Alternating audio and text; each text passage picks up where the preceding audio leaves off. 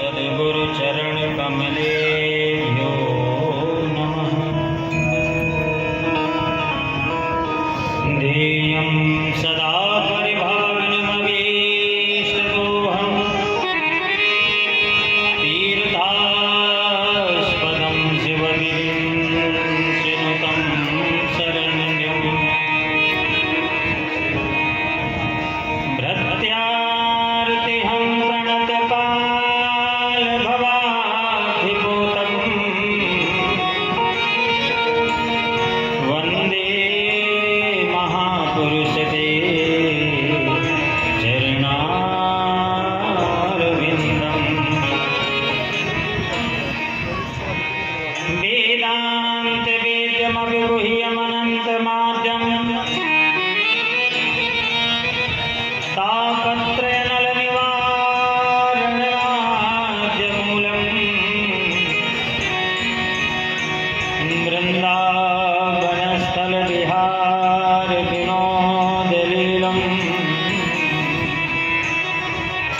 वन्दे महापुरुष ते चरणारविन्दम्।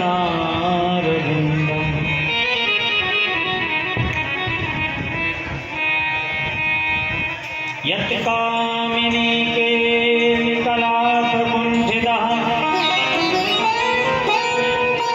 कामोऽप्यकामाद्विमदो बभूवः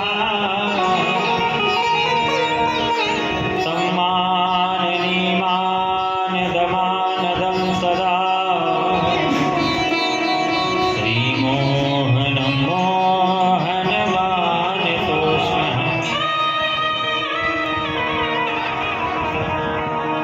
नारायणं नमस्कृत्य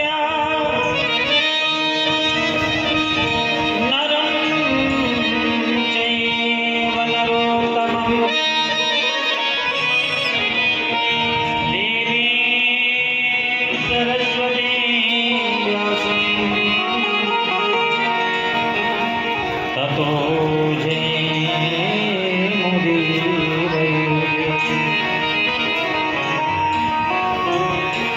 गुरुर्ब्रह्मा गुरुर्विष्णु गुरुर्देवो महेश्वरः गुरुः साक्षात् परब्रह्म तस्मै श्रीगुरवे नमः। जय जय श्री राधारमण जय जय नवल किशोर जय गोपी चित चोर प्रभु जय जय माखन चोर।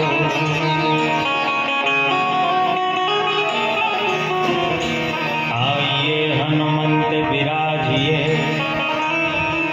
कथा करूं मति अनुसार प्रेम सहित आसन धरो पधारिए पवन कुमार। बोले श्रीमद्भागवत महापुराण की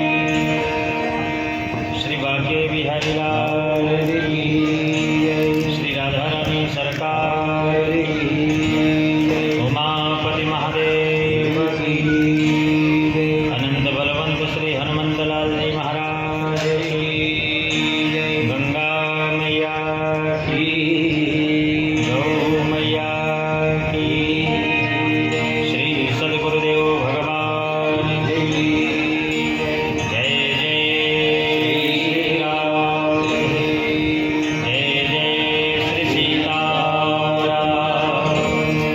ओम नमः पार्वती पतये हर हर महादेव।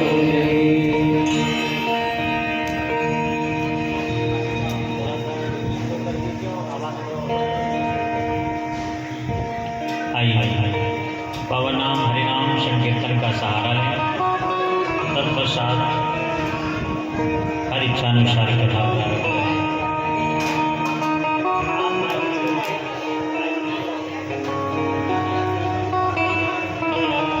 बड़े भाव के साथ सभी लोग गाएंगे।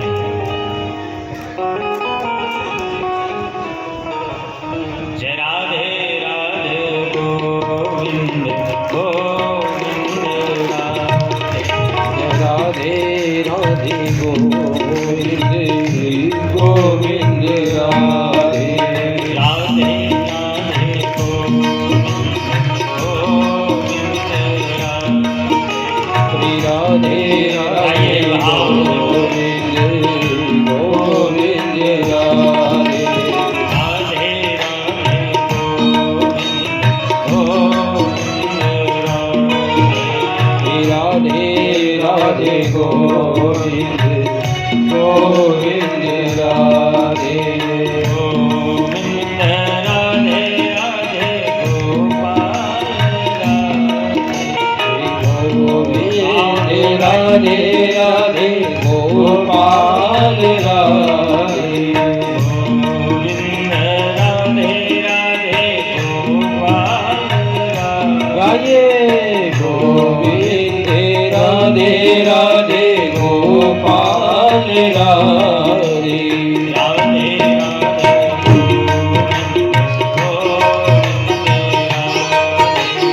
राधे राधे गोविंद गोविंद राधे राधे राधे राधे राधे हरि बोल राधे राधे राधे राधे गोविंद गोविंद राधे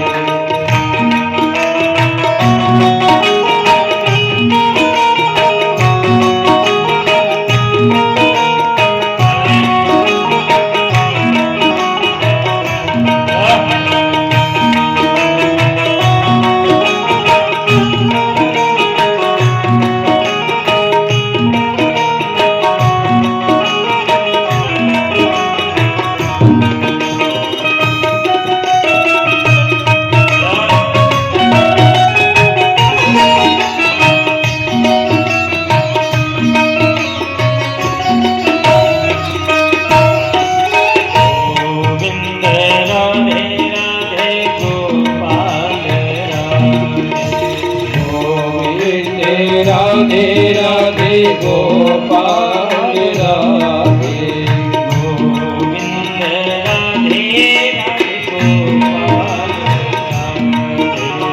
गोविंद राधे राधे गोपाल गोविंद राधे राधे गोपाल राधे गोविंद राधे राधे गोपाल गोविंद राधे राधे गोपाल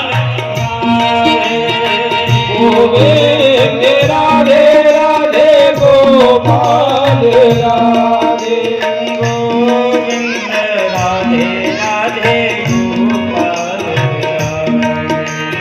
गोविंद राधे राधे गोपाल राधे राधे राधे गोविंद गोविंद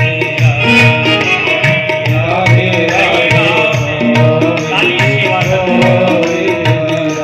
राधे राधे राधे राधे राधे गोविंद गोविंद राधे राधे राधे गोविंद गोविंद राधे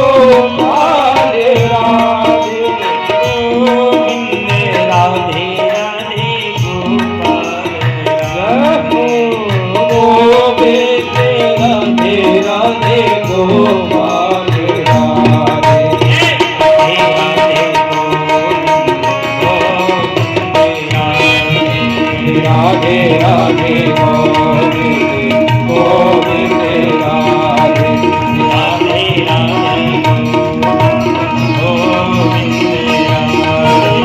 राधे राधे गोविंद गोविंद राधे राधे गोपाल राधे गोविंद राधे गोपाल राधे गोविंद राधे गोपाल राधे गोविंद राधे गोपाल राधे गोविंद राधे गोपाल राधे गोविंद राधे गोपाल राधे गोविंद राधे गोपाल राधे गोविंद राधे गोपाल राधे गोविंद राधे गोपाल राधे गोविंद राधे गोपाल राधे गोविंद राधे गोपाल राधे राधे राधे गोविंद राधे राधे राधे गोविंद गोविंद राधे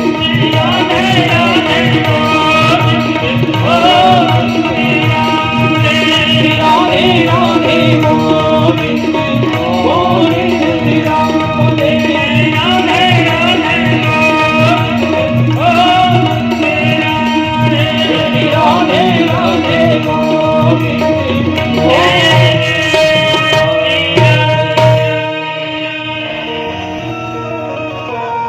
जय राधे राधे गोविंद गोविंद बोले राधारमण सरकार की। प्राकर्ष तात्पर्य परब्रह्म परमेश्वर अखिल कोटि ब्रह्मांड नायक जगनियंता जगदाधार हे विराट स्वरूप भक्तवत्सल दया के सागर करुणा करने वाले पतित पावन भद्र वेदी पर संस्थापित प्रत्यक्ष में वांग में स्वरूप में विद्यमान करने वाले नानक के नूर सपू के सेवक नरसिंह जी के सामरिया मीरा जी के गिरधर राधा जी के प्राण कंस के काल माँ यशोदा जी के लाल लीला बिहारी कुंज बिहारी श्री बांके बिहारी लाल भगवान के चरणारविंदों में कोटि कोटि वंदन करते पूर्ण उपस्थिति अनंत बलवंत श्री नांदी के हनुमंत राज जी महाराज सूक्ष्म उपस्थिति भगवान के अनुग्रह विग्रह पूज्य चरण साकेतवासी संत श्री पंजाबी भगवान जी महाराज मेरे आराध्य देव श्री सदगुरुदेव भगवान के चरणारविंदों में कोटि कोटि वंदन करते उपस्थित पूज्य विप्र चरण रज को वंदन करते हुए सहज नहीं संगीतज्ञ बंधुओं भक्तिमयी माताओं मम्मी चार्जर देना। इस कथा के रसरसिक श्रद्धालु भक्तजन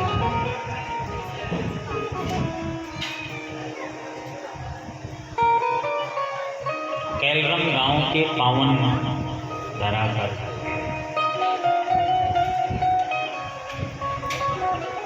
और इस कथा के यजमान स्वरूप समस्त गोयल परिवार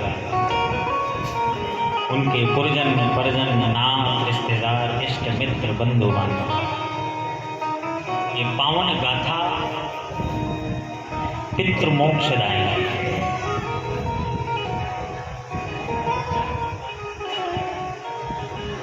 अपने पितरों की असीम अनुकंपा प्राप्त करने के लिए ये कथा का आयोजन हो रहा है और जिनके निमित्त ये कथा होती है, देखिए हमारी शाखाएं कितनी क्यों ना बढ़ जाए, लेकिन शाखा तभी बढ़ेगी जब जड़ मजबूत होगा, है ना। आप लोगों ने देखा होगा वट वृक्ष की जितनी जड़ें मजबूत होती हैं उतनी शाखा उसकी फैलती जाती है। तो इस गोयल परिवार की जो जड़ है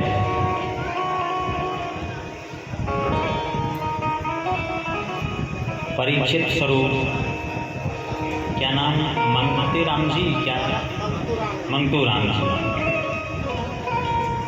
है ना। और उन्हीं की ही मेन जड़ तो वही हुए ना। तो स्वर्गीय श्री मंगतू राम जी की जो ये शाखा इतनी फैली हुई है, तो ये शाखा हरी भरी बनी रहे, है ना। और इस शाखा हरी भरी तब होती है जब जड़ पर समय समय पर जल सिंचन किया जाता है। तो ये शाखा हरी भरी इसीलिए है क्योंकि जो मंगतू राम जी, स्वर्गीय श्री मंगतू राम जी जो जड़ है,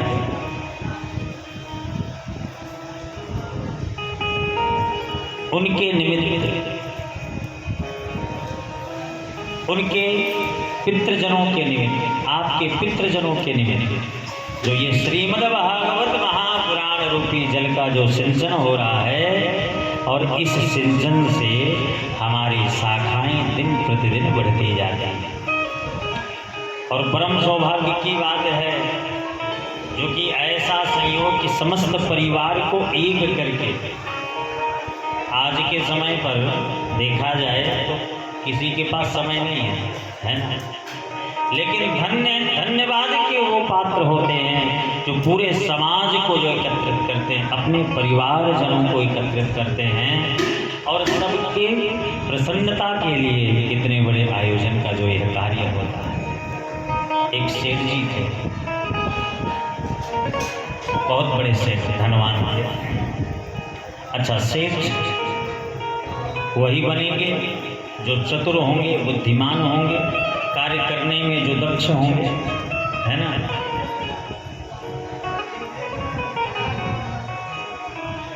सेठ जी के पास खूब धन था और 25 वर्षों से लगभग लगातार वो खूब धन कमाए। और एक दिन रात्रि के समय पर लक्ष्मी माता कहने लगी, सेठ जी स्वप्न में आई, और स्वप्न में आकर कहने लगी, देखो भाई, अब हम आपके यहाँ पर 25 वर्षों से थे, अब हम जाना चाहते हैं। अच्छा, कौन कहेगा कि हमारे घर से लक्ष्मी चली जाए? और खास करके वो सेठ जी जो बेचारे दिन रात एक कर करके इतना धन कमाए।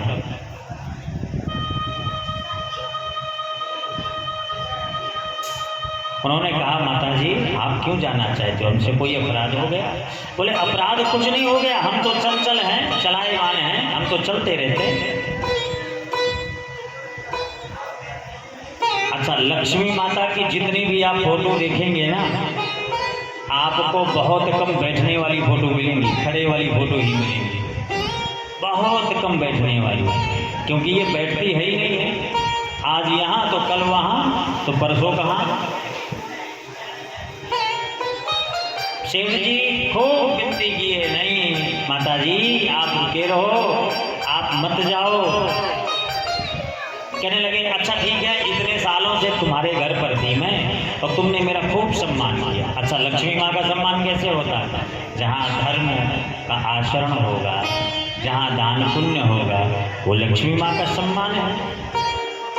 और जहाँ धन आया, मद्यपान किए, लड़ाई झगड़ा कलह का कारण बना, धर्म से विपरीत रहे, तो लक्ष्मी माता का अपमान हुआ, तो लक्ष्मी माता तो जाती है।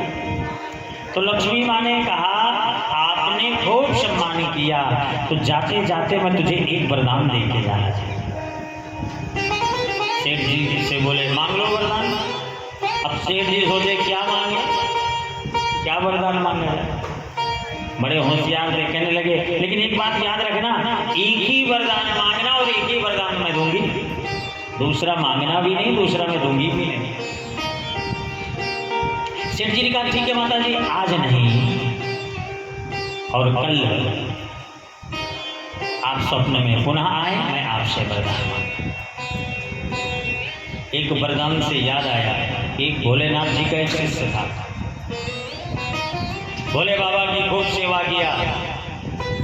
अच्छा, मांगने वाले भी बड़े चतुर होते हैं। भोले बाबा बोले, बेटा वरदान मांग लो, पर एक ही वरदान मांगना। तो कहने लगा, महाराज इतने सालों से जो आपकी सेवा पूजा की है हम, हम इसके लिए थोड़ी किए कि एक ही वरदान, कम से कम 2-4 वरदान दो। बोले नहीं, एक ही वरदान। बोले अच्छा महाराज, एक दिन का समय दो, हम घर जाएं, घर से पूछ कर आते हैं, तब आपसे वरदान मांगेंगे। बोले ठीक है। घर आया वो व्यक्ति और अपनी बूढ़ी मैया से बोला, जो बेचारी अंधी थी, माता जी, बोले बाबा वरदान मांगने के लिए बोले एक ही वरदान देंगे, बताओ कौन सा वरदान मांगना।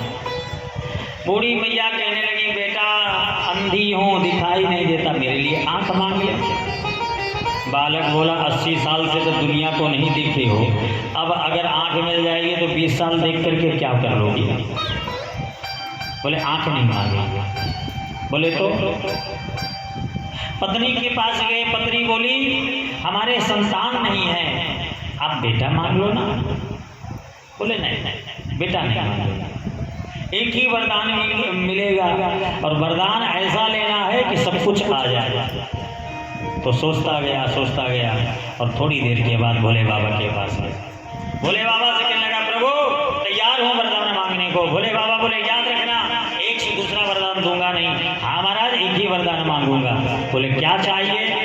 भोले बाबा से कहने लगा, महाराज आप मुझे वो वरदान दीजिए, मेरी माताजी अपने पोते को सोने की थाल में भोजन कराते हुए देखेंगे।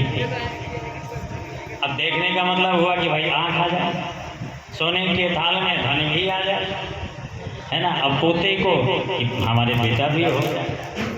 भोले बाबा चक्कर में पड़ गए। भोले बाबा सोचे हम ही होशियार अपने आप को समझ रहे थे, और ये तो सेठ जी, ये तो हमसे भी होशियार निकल गए। और वैसे थोड़ी, बुरा मत मानना, वैसे थोड़ी नाम पड़ा है बनिए। भारत सरकार भी इस बात को मानती है। आप लोग देखे होंगे जगह जगह लिखा होता है, भारत सरकार की घोषणा है, भारत के स्वच्छ नागरिक बनिए। सरकार भी तो कहती है ना। खैर ये हास्य की बात है। लेकिन अब जब वो व्यक्ति गया, पहले 4 बहुएं थी, बड़ी बहू से पूछे, बेटा बताओ लक्ष्मी माता जा रही, क्या मांगे। बड़ी बहू कहने लगी, महाराज सोना चांदी धन दौलत मांग लो, कम से कम खाने पीने के लिए तो हो जाएगा।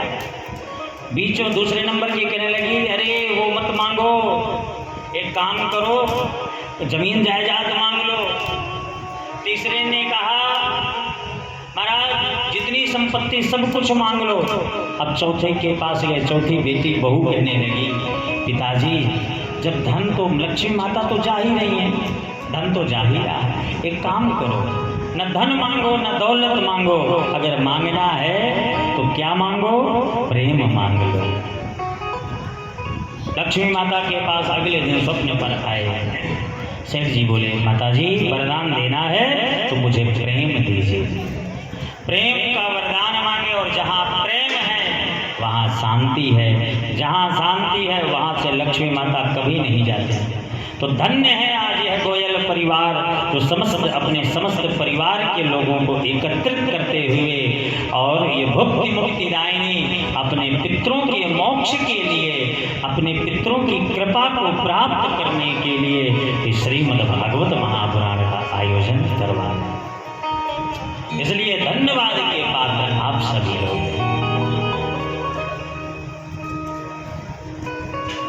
अच्छा, श्रीमद् भागवत महापुराण होता कब है? यद्यपि कथा तो जगह जगह हो रही है, हर जगह, लेकिन कथा का आयोजन तभी हो सकता है जब तक जीवन में 5 पुण्य एकत्रित नहीं होते ना, तब तक कथा का आयोजन नहीं हो सकता। पहला, उस नगर ग्राम का पुण्य, जिस नगर और गांव में कथा होने वाली है, पहला पुण्य। दूसरा, उस स्थान का पुण्य जिस स्थान पर बैठ करके हम आप सभी लोग कथा श्रवण करने वाले हैं।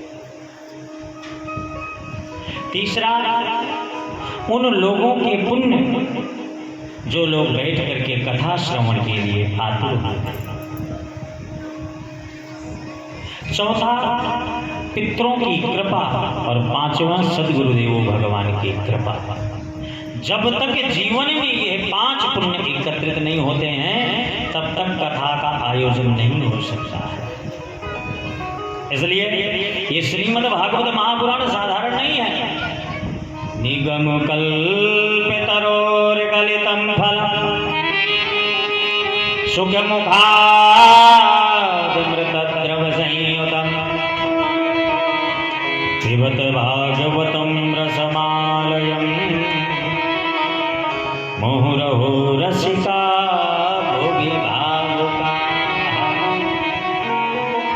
एक ही श्लोक में श्रीमद् भागवत महापुराण का संपूर्ण फल है। आखिर ये कथा क्यों सुनना चाहिए? कथा को श्रवण करने से क्या लाभ मिलता है? भाई एक बार सुन लिया, 2 बार सुन लिया, लेकिन पेयम पेयम मधुर पुस्तकम बार बार क्यों सुनना चाहिए? ये है क्या चीज? श्रीमद् भागवत महापुराण। अच्छा, कई बार ऐसा भी होता महाराज श्लोक समझ में नहीं आता, क्या सुना जाए? याद रखना, श्रीमद् भागवत महापुराण का अगर एक श्लोक नहीं, आधा श्लोक भी अगर हमारे कान में पड़ जाएगा ना तो हमारे जीवन के सारे पाप विनष्ट हो जाएंगे। जैसे किसी व्यक्ति को सर्प काटता है ना, तो जब सर्प काटता है तो काट खाने वाला व्यक्ति तो बेहोश हो गया। तब मंत्र झाड़ने वाले आते हैं, कान में मंत्र फूंकते हैं। अब वो तो बेहोश पड़ा, उसको नहीं मालूम क्या मंत्र है, लेकिन उस मंत्र के प्रभाव से वह व्यक्ति जागृत हो जाता है। ठीक इसी प्रकार श्रीमद् भागवत महापुराण श्रवण के श्लोक समझ में आए या ना आए, लेकिन श्रवण करना चाहिए।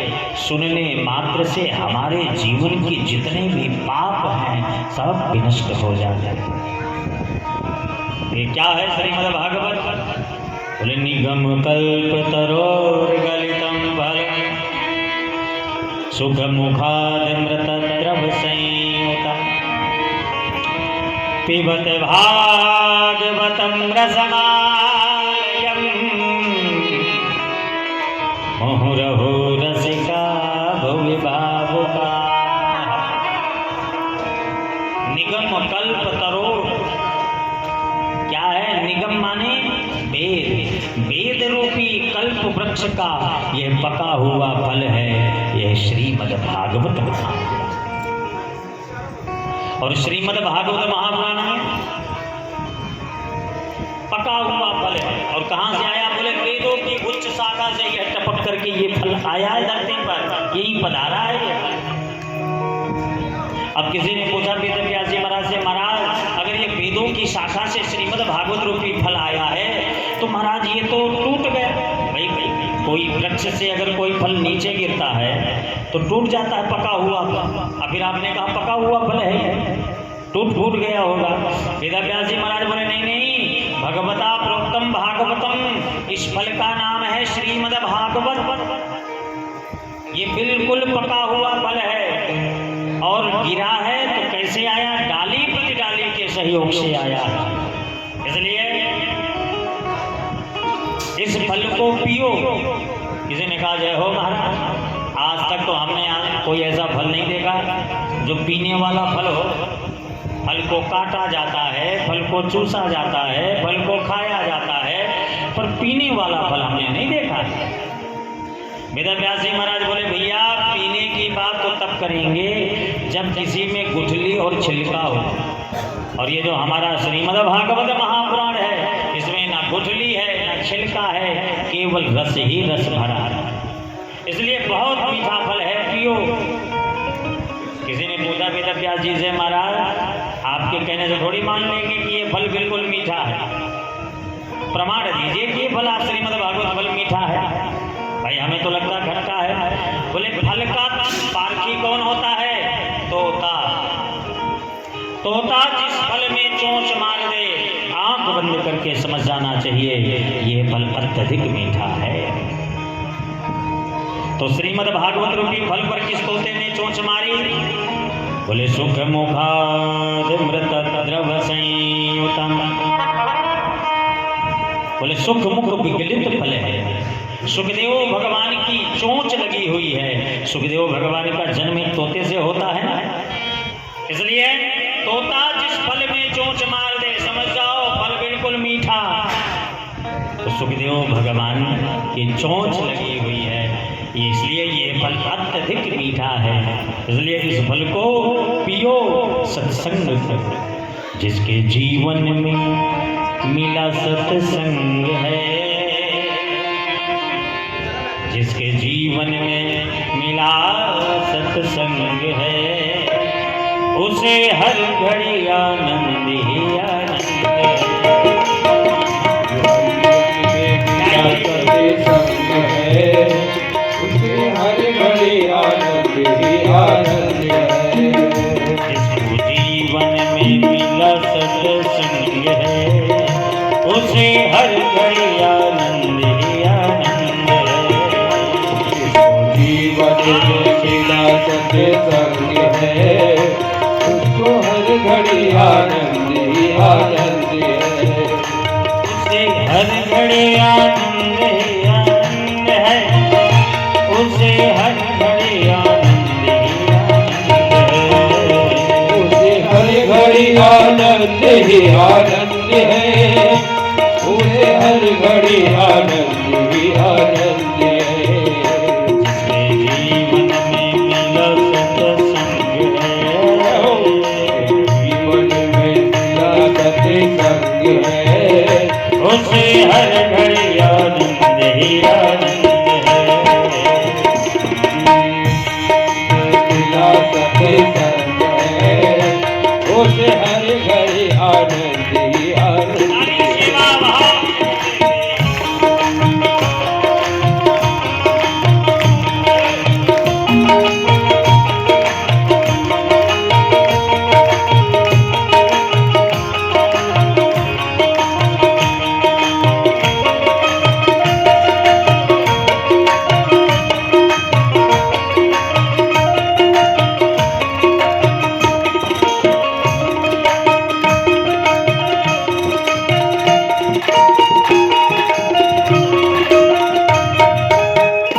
संत ऋषियों की वाणी को मानो, सत्य क्या है उसे पहचानो।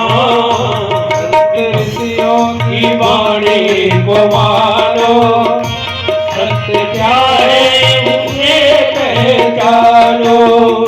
संत ऋषियों की वाणी को मानो, सत्य क्या है उसे पहचानो। संत ऋषियों की वाणी को मानो, सत्य क्या है उसे पहचानो। सत्य क्या है उसे पहचानो। वो सत्य क्या है उसे पहचानो। जिसका 84 से कट गया बंद है, 84 में कट गया बंद है, उसे हर घड़ी आनंद ही आनंद है। उसे हर घड़ी आनंद ही आनंद है। जिसके जीवन में मिला सत्संग है, उसे हर घड़ी आनंद ही आनंद है। जिसको जीवन में मिला सत्संग है, उसे हर घड़ी आनंद ही आनंद है।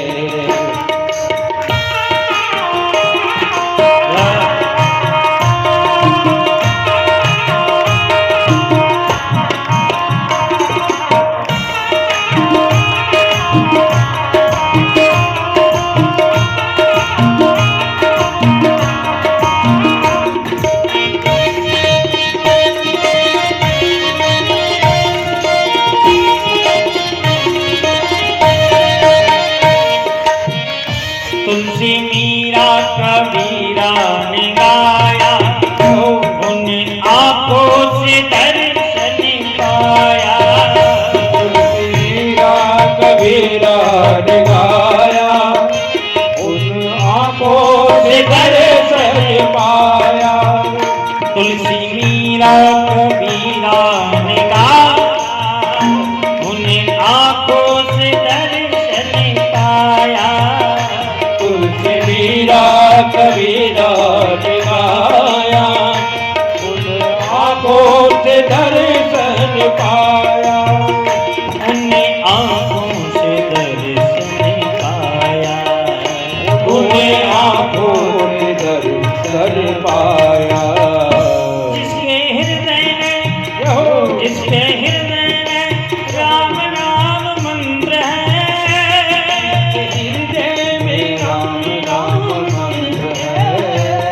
उसे हर घड़ी आनंद ही आनंद है।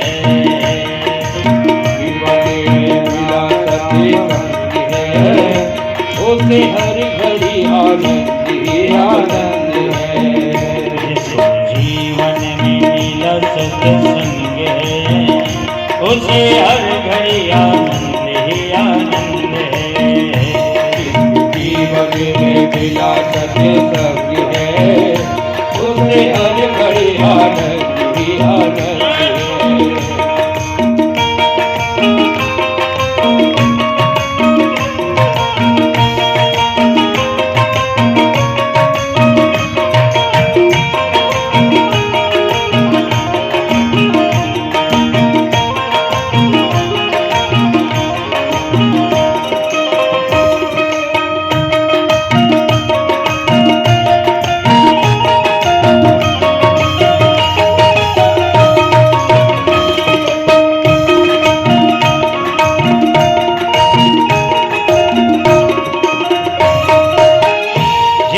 जीवन सच्चाई में ढल गया, उनके पापों का पर्वत भी गल गया। जिनका जीवन सच्चाई में ढल गया, उनके पापों का पर्वत भी ढल गया। जिनका जीवन सच्चाई में ढल गया, उनके पापों का पर्वत भी गल गया। जिनका जीवन सच्चाई में ढल गया, उनके पापों का पर्वत भी ढल गया। उनके पापों का पर्वत भी गल गया।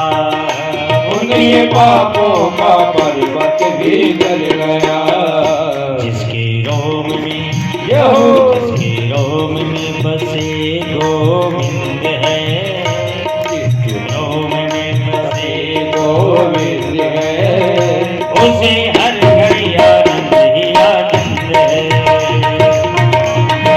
मिला सत्संग है, उसे हर घड़ी आनंद ही आनंद है। जीवन में मिला सत्संग है, उसे हर घड़ी आनंद ही आनंद है। उसे हर घड़ी आनंद ही आनंद है। उसे हर घड़ी आनंद ही आनंद है। उसे हर घड़ी आनंद ही आनंद है। बोलिए भक्तवत्सल भगवान की जय जय श्री राम। तो श्रीमद् भागवत महापुराण श्रवण मात्र से जीवन के सारे पाप विनष्ट हो जाते हैं, सारे दुख मिट जाते हैं, जीवन में सुख और शांति समृद्धि की कामना होती है। सबसे पहले कोई भी ग्रंथ हो ना, तो सबसे पहले उसकी महिमा बतलाई जाती है। ये श्रीमद् भागवत महापुराण की महिमा क्या है, ये क्या क्या देती है, किन फलों की प्राप्ति होती है, क्यों सुनना चाहिए श्रीमद् भागवत महापुराण। तो इसी विषय पर एक प्राचीन इतिहास श्रवण कराते हैं आत्मदेव महाराज कि जिनकी संतान नहीं है संतान मिलता है। जो धनहीन व्यक्ति है धनवान होता है। जो मानसिक तनाव से घिरा हुआ है उसके मानसिक तनाव दूर हो जाते हैं। जो हर प्रकार से परेशान रहता है, चिंतित रहता है, जिनके कभी कोई कार्य नहीं बनते, तो आओ श्रीमद् भागवत महापुराण की शरण में सब कुछ फल देने वाली है ये श्रीमद् भागवत रूपी फल। सच्चिदानंद रूपाय विश्वोत्पत्त्यादि हेतवे तापत्रय विनाशाय श्री कृष्णाय वयं नमः। क्यों जाना चाहिए श्रीमद् भागवत महापुराण? अच्छा, श्रीमद् भागवत महापुराण में कोई गोविंद की गाथा नहीं है, ये मत सोचना कि गोपाल की कथा है, हमारे ठाकुर की कथा है। नहीं, प्रत्येक अध्याय के अंत में लिखा हुआ है परमहंसे संहिताया, ये परमहंसों की गाथा है। और यदि भक्तों की गाथा एक बार श्रवण कर लिया जाता है तो जीवन के सारे पाप धुल जाते हैं। मानसिक तनाव से निवृत्त नहीं हो पा रहे। महाराज घर पर खूब एयर कंडीशन की व्यवस्था है, बाहर से एयर कंडीशन चल रहा है, लेकिन जब हृदय में दहकता हुआ आग जल रहा है तो अंदर से शांति कैसे मिलेगी? इसलिए हमें महाराज बाहर का ठंडक नहीं चाहिए, हमें तो अंदर का ठंडक चाहिए। और अंदर की ठंडक अगर चाहिए तो श्रीमद् भागवत महापुराण की शरण में आओ। जैसे जल होता है, जल को गर्म किया जाता है, खौलाया जाता है, जल को ठंडा नहीं करना पड़ता, ठंडा अपने आप हो जाता है, गर्म करना पड़ता है। और विचार करिए, खौलते हुए जल पर कोई उंगली अगर डालना चाहे तो नहीं डाल सकते ना, और खौलते हुए जल को अगर अब जल्दी ठंडा करना है तो एक बर्फ का गोला डाल दो, ठंडा हो जाएगा। इसी प्रकार हमारे शरीर के अंदर ये खौलता हुआ जल है। कैसे?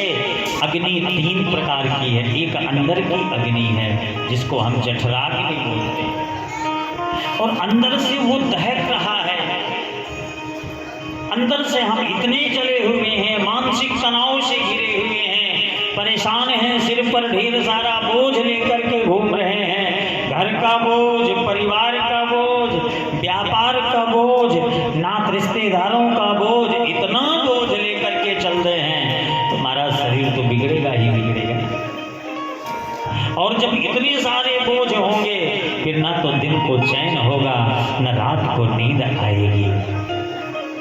तो जब अंदर से अग्नि जल रही है, हम परेशान हैं, तो तब क्या करते हैं? तभी जाते हैं भाई भगवान की शरण में जाओ, भगवत भजन करो, हरि नाम संकीर्तन करो, हरि श्री ठाकुर सेवा करो, कथा में प्रवेश। तब हम कथा में प्रवेश करते हैं, और जब तक कथा में बैठते हैं तब तक बड़ा अच्छा लगता है, मन को संतोष मिलता है, शांति मिलती है। और जैसे ही कथा से उठे फिर वही दिनचर्या, फिर वैसे मानसिक तनाव में घिर गए। क्यों? ये तो उसी खौलते हुए जल पर जैसे बर्फ का गोला डाल दिया जाता है, एक क्षण के लिए जल वो ठंडा हो जाता है, लेकिन जब नीचे से लगातार अग्नि जलेगी तो जल तो खौलेगा ही खौलेगा। तो जब हम परेशान होते हैं तब थोड़ा बहुत कथा रूपी, सत्संग रूपी, हरिनाम संकीर्तन रूपी, ठाकुर सेवा, संत सेवा रूपी बर्फ का गोला थोड़ा सा डाल देते हैं, इससे थोड़ी देर के लिए शांति मिल जाती है, लेकिन हमेशा के लिए शांति नहीं मिलती है। मन को तो हमेशा शांत रखना है, सारा खेल मन का ही है। मन हार गया तो हम टूट गए, मन जीत गया तो हम प्रसन्न हो गए। मन ने कहा जाना चाहिए, चले गए, प्रसन्न हो गए। मन ने कहा जाना चाहिए, किसी ने रोक दिया, मन दुखी हो गया। दुखी मन होता है, हम नहीं होते हैं, और मन को ही हम अपना मान लेते हैं, और मन हमें रुलाता है, मन हमें दुखी करता है। इसलिए मन को शांत करने का सर्वोत्तम साधन है केवल श्रीमद् भागवत महापुराण। इसलिए सच्चिदानंद रूपाय विश्वोत्पत्त्यादि हेतवे तापत्रय विनाशाय श्री कृष्णाय वयं नमः।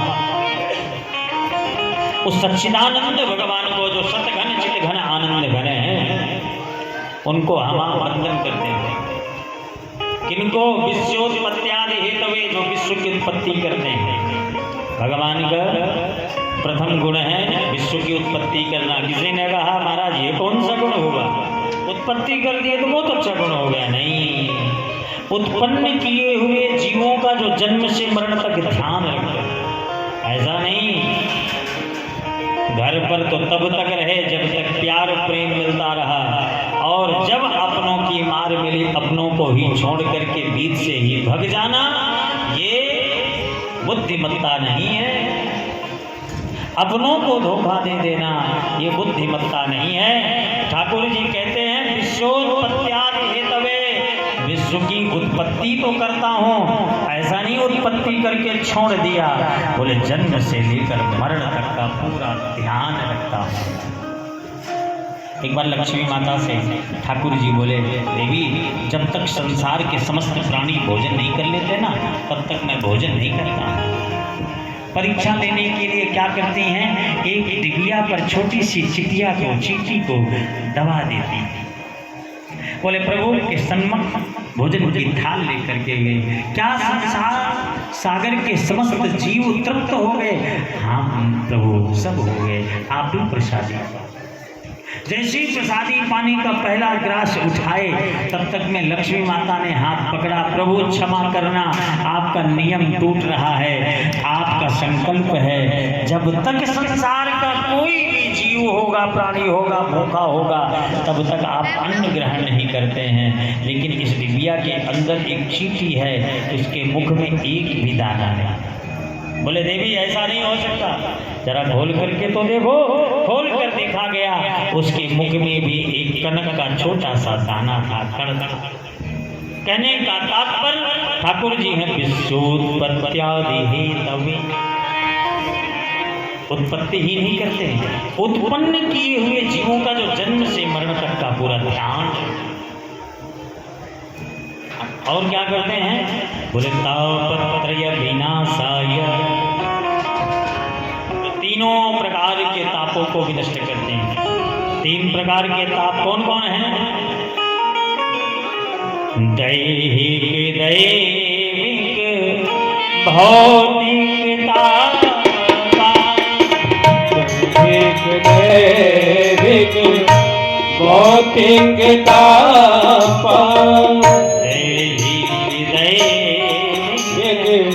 भौतिक ताप,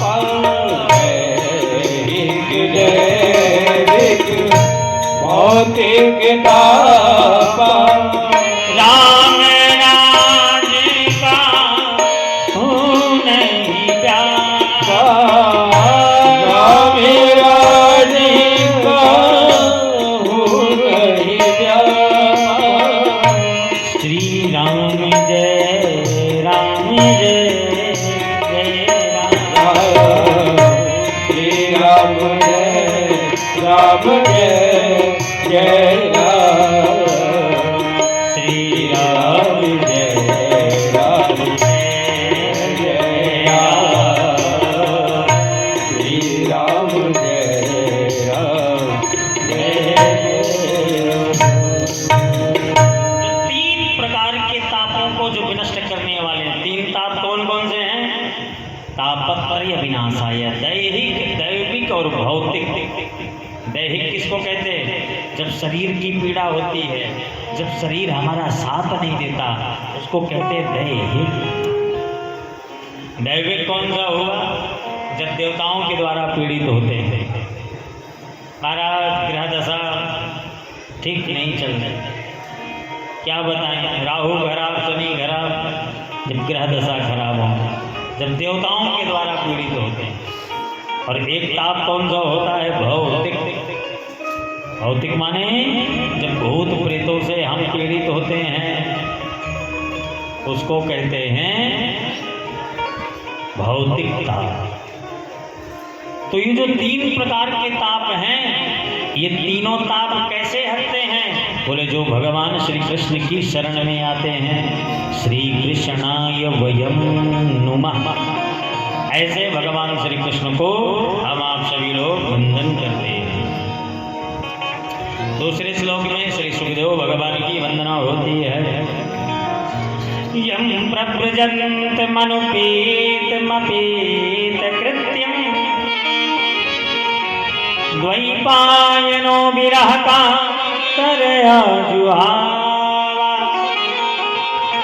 पुत्रेति तन्मयतया सर्वोभिनीदुः तम सर्वभूत हृदय मुनिमानुतोषि। पूज्यपाद श्री सुखदेव भगवान की वंदना होती है। जो सुखदेव भगवान जन्म हुआ, जन्म के साथ तुरंत तपस्या करने के लिए चल पड़े।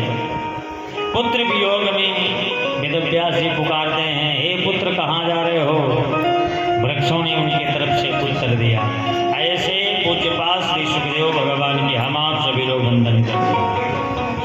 अब ये कथा प्रसंग आगे बढ़े।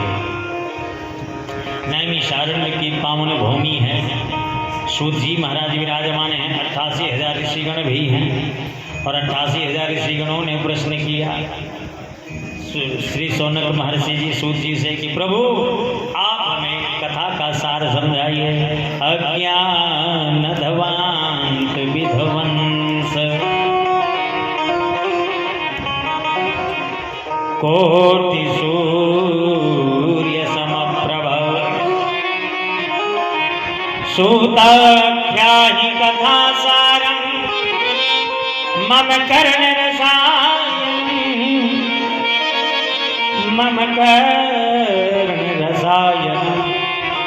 प्रभु आप हमें ऐसी कथा सुनाइए जो कानों को प्रिय लगे, भगवान की प्राप्ति करा दे। तब संपूर्ण सिद्धांतों का निष्कर्ष सुनाते हैं कि महाराज आप श्रीमद् भागवत महापुराण श्रवण करो। कब कहाँ कैसे किस समय श्रवण करना चाहिए? बोले राजा परीक्षित जी को 7 दिन में मुक्ति मिल गई। ब्रह्मा जी ब्रह्मलोक में तराजू लगा करके देखे तो पता चला श्रीमद् भागवत से बढ़कर कोई ग्रंथ नहीं। और देवर्षि नारद जी महाराज धरती लोक में आए और वृंदावन धाम पर पहुंचे। एक कौतूहल देखते हैं, एक युवती जो रो रही है और उनकी गोदी पर 2 वृद्ध पुरुष बैठे अचेत अवस्था में। कभी तो जगाने का प्रयास हो रहा है, कभी सखियां सेवा में लगी हुई है। नाना प्रकार के सेवाओं से सेवित होते हुए भी फिर भी मन को संतोष नहीं मिला। देवर्षि नारद जी महाराज पहुंचे तो पता चला जो दोनों पुत्र हैं ये पुत्र है, एक का नाम ज्ञान है, एक का नाम वैराग्य है। और वृंदावन धाम में मैं तो नवीन हो गई, मैं तो इनकी माँ हूँ, मेरा नाम भक्ति है। होना चाहिए पुत्र को बूढ़ा, पुत्र को जवान, माँ को बूढ़ा, लेकिन यहाँ पुत्र बूढ़े हो गए, माँ जवान है। इस बात से हम दुखी हैं, क्या करें, क्या उपाय है? तब कहने लगे चिंता मत करो, अभी आपके दुख को मैं दूर कर देता। वेद वेदांत उपनिषद का पाठ हुआ। तब कहीं बल लगा करके उठे तो सही, लेकिन आलस और प्रमादी में पुनः वही विराजमान हो। बड़े चिंतित हुए। तब आकाशवाणी हुई कि हे मुनि, ये जो सत्कर्म कर रहे हो ना, ये सत्कर्म आपका बहुत अच्छा है और इस सत्कर्म को परिपूर्ण करने का उपाय है कोई संत महापुरुष बताएंगे। इसलिए याद रखना, जीवन में जब दुख आए, जब कष्ट आए, किसी से मत कहो संसार में कहोगे संसार के लोग हंसेंगे।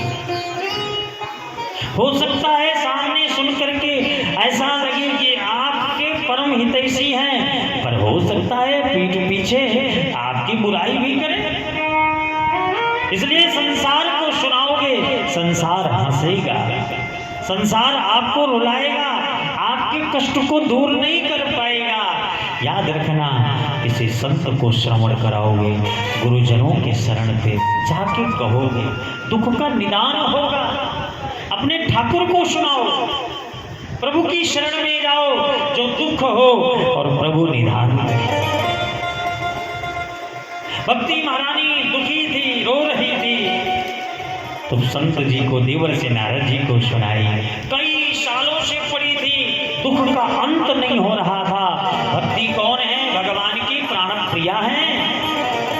भक्ति 2 बहनें हैं, एक का नाम है भक्ति, एक का नाम है मुक्ति। जब कोई भक्त भगवान के पास जाता है और कहता है प्रभु मुझे भक्ति चाहिए, तो भक्ति नहीं देते जल्दी, परीक्षा लेते हैं। भक्ति का मार्ग है, परीक्षा का मार्ग है। अगर कोई मुक्ति मांगता है तो मुक्ति तुरंत दे देते हैं, क्योंकि जीव भी मुक्त, ठाकुर जी भी मुक्त। और भक्ति देने का आशय है भक्ति नृत्य यत्र चा, भक्ति तो नृत्य करती है। जहाँ जहाँ भक्ति नाचेगी वहाँ वहाँ ठाकुर को भी नाचना पड़ेगा। इसलिए ठाकुर जी कभी भक्ति नहीं देते हैं कि भक्ति रानी तुम धीरे नैनों में बस जाना, जय बोलो राजा राम की। जिनकी सेवा में खड़े हनुमान जी, धीरे से आना, नैनों में बस जाना, जय बोलो राजा राम की। जिनकी सेवा में खड़े हैं हनुमान जी, जिनकी सेवा में खड़े हैं हनुमान जी। भक्ति रानी तुम धीरे से आना, नैनों में बस जाना, जय बोलो राजा राम की। जिनकी सेवा में खड़े हैं हनुमान जी, ओ जिनकी सेवा में खड़े हैं हनुमान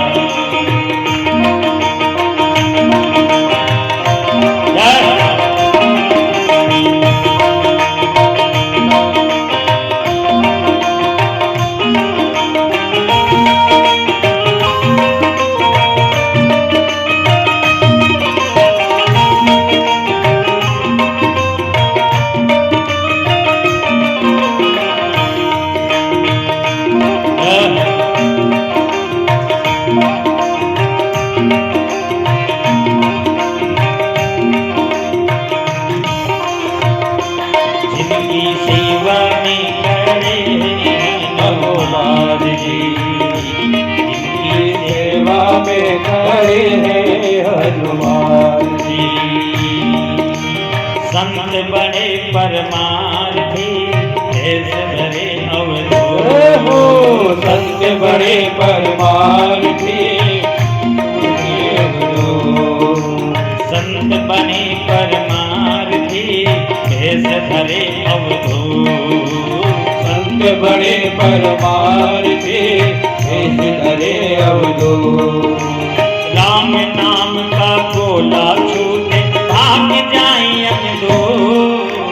राम नाम का गोला भाग जाए अवधूत। तुम धीरे से आना, नैनों में बस जाना, जय बोलो राजा राम की। जिनकी सेवा में खड़े हैं हनुमान जी, ओ जिनकी सेवा में खड़े हैं हनुमान जी। जिनकी सेवा में खड़े हैं हनुमान जी। इसलिए जब जीव भक्ति मांगता है तो ठाकुर जी पग पग में परीक्षा लेते हैं, क्योंकि ठाकुर जी को नाचना पसंद नहीं है, नाचते वही हैं जहाँ भक्ति नृत्य करती हैं। भक्ति वही नृत्य करती है जिस जीव का हृदय शुद्ध होता है। इसलिए आज ये भक्ति दुखी हो गई। याद रखना, जब भक्ति दुखी हुई तो किनकी शरण में गई? संत शरण में, देवर्षि नारद जी की शरण पर आई। इसलिए बार बार कहते हैं, जब कभी भी जीवन में दुख आए किसी की शरण में मत जाओ, ठाकुर शरण में चले जाओ, संत शरण में चले जाओ। आपके दुख का अंत हो जाएगा, दुख का निदान हो जाएगा। और यदि आपने संत चरण को अपना लिया ना, संत शब्दों को हृदय में धारण कर लिया, फिर तो महाराज आपके घर में ना कभी आदि व्याधि जरा पीड़ा कुछ भी नहीं रहेगा। वो संत नहीं होते, संत बड़े परमार्थी, भेष धरे अवधूत। संतों का जो हृदय होता है ना, वो परमार्थ सेवा के लिए होता है। जगह जगह जाकर के अवधूत वेश में विचरण कर कभी कभी भगवान भी आ जाते हैं संत परिधान में। धन्य होता है वो गृहस्थाश्रम, धन्य होता है वो गृह जिस गृह पर संत आगमन होता है, संत चरण पड़ते हैं। याद रखना, जिस घर में संत सेवा होती है ना, वहाँ बिन बुलाए संत पहुँच जाते हैं। और वो घर घर नहीं होता, वो घर वैकुंठ धाम बन जाता है जिस घर में संत पधारते हैं। भक्ति जो भगवान की प्राण प्रिया है, अर्धांगिनी है। जीवन में दुख आया और उस दुख का निदान किसने बताया? एक संत बताते हैं। इसलिए सबके जीवन में दुख चाहे कोई संत हो, चाहे कोई ठाकुर जी की भी जीवन में दुख था, ऐसा नहीं है, और संत शरण में ही गए। इसलिए जिसने संतों का सहारा लिया, जिसने संत के चरणों को पकड़ लिया, जीवन के बंधन के सारे डोर खुल गए, सारे दरवाजे खुल गए। भक्ति रो रही है, महाराज ज्ञान वैराग्य मेरे बेटे हैं और ये बेटे बुढ़ापे की तरफ हैं, मैं भगवान की पत्नी हूँ। लोग भगवान से मांगने जाते हैं, मैं समक्ष रहती हूँ, मैं प्रत्येक जीव के हृदय में वास करती हूँ, फिर भी मैं अपना दुख नहीं मिटा सकती, मेरे दुख का अंत कैसे होगा? तो याद रखना, जब दुख आए किसी को मत सुनाओ। जगत में सुनाओगे जगत हंसेगा, जगत आपको और रुलाएगा। जगत में कोई हमेशा नहीं, अगर सुनाना ही है उस ऊपर वाले को सुनाओ।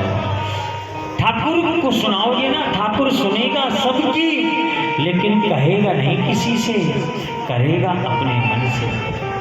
सबकी सुनेगा, सबकी दुख का अंत करेगा। इसलिए अगर ठाकुर सेवा, ठाकुर जी तक अपनी बात को पहुंचाना है तो संत चरणों को अपना लो। यदि आपने संत चरणों का सहारा बना लिया, फिर भगवान आपसे दूर नहीं है। याद रखना, भगवान आपके अत्यंत सन्निकट हैं। आप ठाकुर सेवा नहीं कर पाते हैं, क्षम्य है एक बार। यद्यपि हर घर में ठाकुर सेवा होनी चाहिए। ठाकुर सेवा बगैर जिस घर में अगर कोई अन्न भी ग्रहण करता है ना, तो 100 हस्तीन भोजनम, 100 के समान भोजन बताया गया है। लेकिन जिसने संत सेवा कर लिया, जीवन में सब कुछ प्राप्त कर लिया। संत बड़े कृपालु होते हैं, संत बड़े दयालु होते हैं। एक संत जी किसी गांव में गए। अच्छा, संत जी वही जगह जाते हैं जहां पर जिस घर में वैष्णवता होती है। वैष्णवता का अर्थ क्या होता है? जहाँ ठाकुर सेवा होती है, तुलसी सेवा होती है, गौ सेवा होती है, गले में तुलसी की माला होती है, हाथ में तुलसी की माला होती है, मुख में श्री राम नाम होता है, श्री सीताराम नाम होता है, श्री राधे श्याम शब्द होता है, वो है वैष्णव। तो एक संत जी अपने शिष्य को लेकर के गए और जैसे पहुंचे, पधारे, उस घर पर इतनी संत सेवा होती थी, इतनी संत सेवा होती थी कि संत सेवा में उन्होंने अपना सब कुछ न्योछावर कर दिया, कुछ नहीं बचा, अपने लिए कुछ भी नहीं रखे। और जैसे संत जी आए, पति पत्नी ने देखा मेरे घर पर संत जी पधारे हैं, पधारो महाराज, बड़ी कृपा की। घर में एक दाना तक नहीं खिलाने के लिए, लेकिन मन से, चेहरे से मुस्कुराहट नहीं हट रही है। और हम लोग क्या करते हैं, होते हुए भी कोई दरवाजे पर आ जाता है, कोई अगर मांग कर लेता है, चेहरा ऐसा बनाते हैं कि जैसे जन्म जन्मांतर का हमारा दुश्मन है। धन्य है वो गृहस्थ आश्रम, धन्य है वो गृह कि जिस घर पर एक दाने का तिनका तक नहीं है और मुख में प्रसन्नता है। ओह भाग्य मेरे घर मेरे ठाकुर पधारे, मेरे संत पधारे, ठाकुर जी पधारे, धन्य है। संत जी ने कहा, बेटा बहुत दूर से चल के आए हैं, भूख लगी बड़ी जोरों से, तू एक काम करना, जल्दी से हमारे लिए पकवान बनाओ, प्रसादी बना दो, और प्रसादी बना के ठाकुर को अपने भोजन प्रसादी ग्रहण कराऊंगा और ग्रहण करा के स्वयं ग्रहण पाऊंगा। ठीक है महाराज, पधारो, सब तैयार है, बस कहने की देरी थी। अब घर में कुछ भी नहीं। पत्नी बोली पतिदेव से, क्या कर रहे हो, घर में एक दाना तक नहीं है, क्या खिलाओगे? बोले देवी चिंता मत करना, तू नहीं खिला रही है, मैं नहीं खिला रहा हूँ, मेरा ठाकुर खिला रहा है, उसी की कृपा से आज मेरे घर पर ये संत पधारे। और तू सोचती है मैं कर रहा हूँ व्यवस्था, तू कर रही है, हम नहीं कर रहे हैं, ठाकुर मेरा कर। इतना विश्वास याद रखना, अगर आपका विश्वास मजबूत है, विश्वास की डोर बहुत पतली है, बहुत नाजुक है, विश्वास अगर आपका पक्का है, वो पतली डोर एकदम मजबूत डोर बन जाएगी।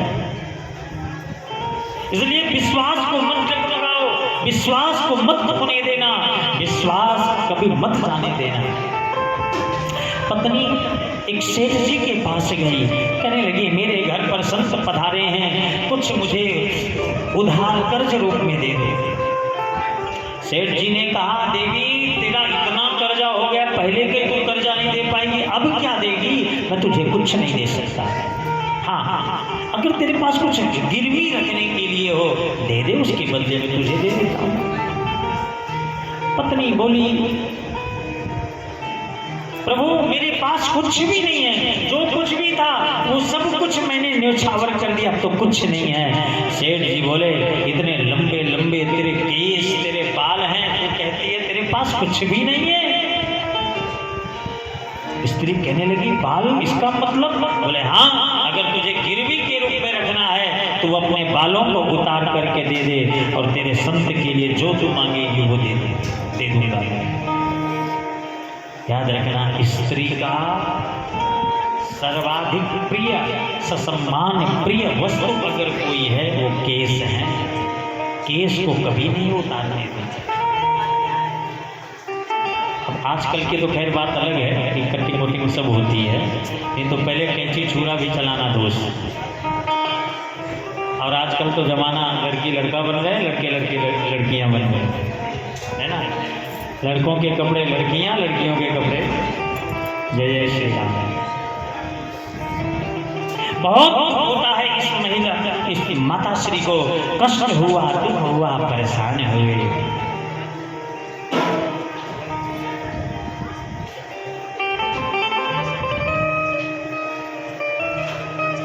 हाँ ठीक है, आज पहला दिन था ना, तो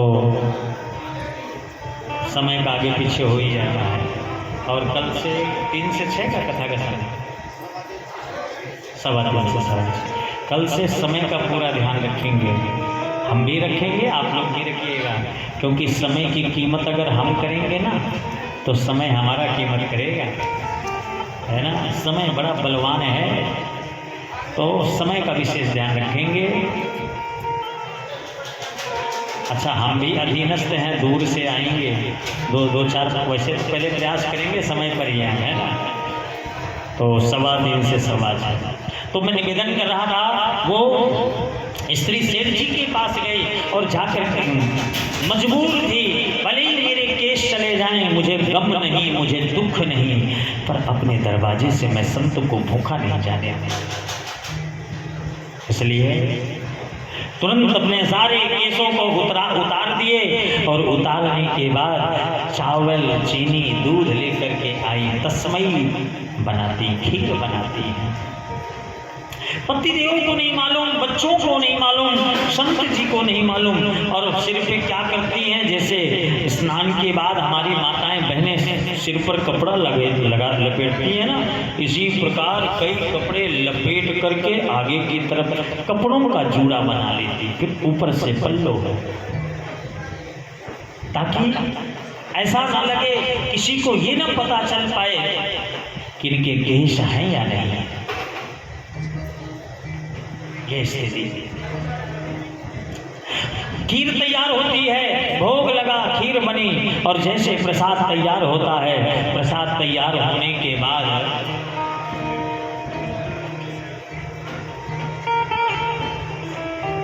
पत्नी कहने लगी पतिदेव से, महाराज प्रभु आप जाओ, महाराज जी को भोजन प्रसादी ग्रहण करवा दो, मेरा सिर दुख रहा है।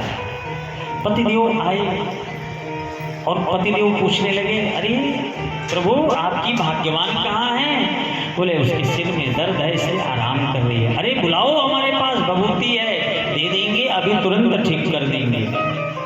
अच्छा, उनका कोई सिर नहीं दुख रहा था, वो तो बेचारी इसलिए नहीं जा रही थी, सिर पे बाल नहीं है। पत्नी के पास पतिदेव आकर कहने लगे, अरे भाग्यवान संत जी तुम्हारे बगैर प्रसादी नहीं पाएंगे, चलो। पतिदेव को लगा, अगर पत्नी को लगा अगर नहीं जाऊंगी, जिनके पीछे अपने केसों को उतार दिया मैंने, मेरे दरवाजे से अगर भूखे बिना भोजन संत चले गए तो मुझे अच्छा नहीं लगेगा। इसलिए वो आई और आकर के जैसे पहुंचे तो संत जी के दर्शन दृष्टि सबसे पहले कपड़ों पर ही, सिर के कपड़ों में ही बोले अरे देवी ये सब क्या है? कहने लगी प्रभु सिर दुख रहा है इसलिए कपड़ा बांधा। खोलो, अभी भभूत दे देते, ठीक कर देते। नहीं महाराज ठीक हो जाएगा, आप प्रसादी पाइए। नहीं ऐसे प्रसादी नहीं पाएंगे, आप खोलो। और जबरदस्ती जब जिद किए उनको खोलना पड़ा। जब देखें उनके सिर पर एक भी बाल नहीं। संत जी का हृदय द्रवीभूत हुआ, रुदन करने लगे। अरे भगवान तेरे घर में कुछ भी नहीं था खिलाने के लिए, इसके बदले पर तूने अपने केसों को उतार दिया। बहुत पश्चाताप हुआ। देवी तेरे केस तो समय पर ही आएंगे, क्योंकि लेकिन इतना आशीर्वाद जरूर दे करके जाऊंगा कि आज के बाद तेरे घर से कोई संत ब्राह्मण कभी भूखा नहीं लौटेगा। ये तुझे आशीर्वाद जरूर दे करके मैं जाऊंगा। ये संत जी ने आशीर्वाद दिया, देकर जाने लगे। और जैसे ही गए तब तक में देखे संत जी का जाना हुआ और उस स्त्री के केस जितने बड़े थे उसके 2 गुना ज्यादा लंबे तुरंत उपस्थित हो गए। ये भगवत कृपा से हुआ। इसलिए जिसने संत को अपना लिया, जिसने ठाकुर को अपना लिया ना, संत मिल गए तो भगवान अपने आप मिल गए। विचार करो, भक्ति भगवान की पत्नी है, वो दुखी हुई, संत रास्ता बताते हैं। और जब संत रास्ता बताए तब श्रीमद् भागवत का उल्लेख हो, पारायण हुआ, पाठ हुआ। श्रीमद् भागवत महापुराण श्रवण करने से जो ज्ञान और वैराग्य का बुढ़ापा छूट गया। याद रखना, आप श्रीमद् भागवत कथा श्रवण करोगे, आपके शरीर में कभी बुढ़ापा आएगा ही नहीं। बुढ़ापा किसको कहते हैं? शरीर का बूढ़ा होना बुढ़ापा नहीं है। लोग मन से बूढ़े बहुत जल्दी हो जाते हैं। थोड़ा सा दुखी हुए, हार गए, अरे राम अब तो मैं हार गया, थक गया, कहीं बाहर से कुछ सुनने को मिल गया, अब तो महाराज मैं किसी को मुंह दिखाने लायक नहीं बचा। मेरा व्यापार इतना अच्छा था, व्यापार मेरा चौपट हो गया, क्या मैं लोगों से नजरें मिलाऊं? लोग मन से बूढ़े हो जाते हैं। इसलिए बूढ़े नहीं होना है तो श्रीमद् भागवत महापुराण की शरण में आओ। बुढ़ापा दूर करती है श्रीमद् भागवत। पुत्र नहीं है, पुत्र प्रदान करती है। आत्मदेव की पावन गाथा आती है। जो आत्मदेव महाराज जिनकी पत्नी है धुंधली कभी नहीं चाहती थी, पति देव चाहते थे। इतना बड़ा दुर्भाग्य था, जिस वृक्ष को लगाते थे ना वो वृक्ष भी सूख जाता था, वो वृक्ष भी नहीं लगता था। अंत समय में आए और आत्महत्या करने के लिए आए और वहां भी एक संत जी से भेंट हो गई। संत जी के चरणों को आए थे मरने, क्यों? संतान नहीं थी। देखिए हम सार इसलिए सुना रहे हैं, कथा आप लोगों को सबको मालूम है, खूब कथा सुनते हैं, ज़्यादा विस्तार में जाने की जरूरत नहीं है। लेकिन कथा का अगर निचोड़ सुनने को मिलेगा तो वो ज़्यादा समझ में आएगा। नहीं सब जानते हैं धुंधली कौन, आत्मदेव कौन, कैसे कैसे रोए, कहाँ कहाँ गाए, कैसे पुत्र हुआ। लेकिन निचोड़ जो सार है, जो तत्व है, वही हृदय में बैठे हैं। आत्मदेव महाराज सब कुछ था, पंडित थे, ज्ञानी थे, विवेकी थे, लेकिन घर में झगड़ालू पत्नी मिल गई, संतान नहीं हुए, दुखी हो गए, मरने को चल पड़े। बड़े बड़े ज्ञानियों का भी ज्ञान बह जाता है, बड़े बड़े भजनानंदियों का भी भजन छूट जाता है जब कोई अपनों से छूट जाता है। इसलिए याद रखना, अपनों को कभी मत पीड़ा पहुंचाना। अगर अपने हार गए, अगर अपनों से छूट गए, याद रखना जीवन की डोर टूट गई। संसार को जीता जा सकता है लेकिन अपनों से नहीं जीता जा सकता। अपनों के सन्मुख जाओ, जो हमारे हैं, झगड़ा ही क्यों, लेकिन टूट गए आत्मदेव महाराज पति पत्नी के झगड़े से। लोग छोटी छोटी बातों से दुखी हो जाते हैं। पति पत्नी के झगड़े में एक दूसरे को डिवोर्स देने के थोड़ी केवल आपस में विचार नहीं मिल पाते, डिवोर्स दे देते हैं। विचार नहीं मिल पाते, अलग अलग रहने लगते हैं। बड़े बड़े बच्चे भी हो गए फिर भी अक्ल समझ में नहीं आ पाती है। बच्चों का भविष्य क्या होगा, बस अपनी जिद अपनी अकड़ लेकर के बैठे रहते हैं। इसलिए जो सामंजस्य बना करके चलता है संसार में, वही ज्ञानी है, वही विवेकी है, वही महान है। आत्मदेव दुखी हुए आत्महत्या के लिए चल पड़े। जब जीव दुखी होता है तब मरने के अलावा कुछ नहीं सुझाई देता। याद रखना, मरना संसार में व्यक्ति की सबसे महान मूर्खता है, मरने का ख्याल आना। लेकिन जब जीव पर अतिशय कृपा होती है ना, तो संत दर्शन दे ही देते हैं। आत्मदेव महाराज गए मरने, मिल गए संत जी और चरणों को पकड़ लिया, रोदन करने लगे, बोल बोल करके रोए। संत जी बोले क्या बात है, क्यों रो रहे हो? कथम रोदिष विप्रत्वम ताते चिंता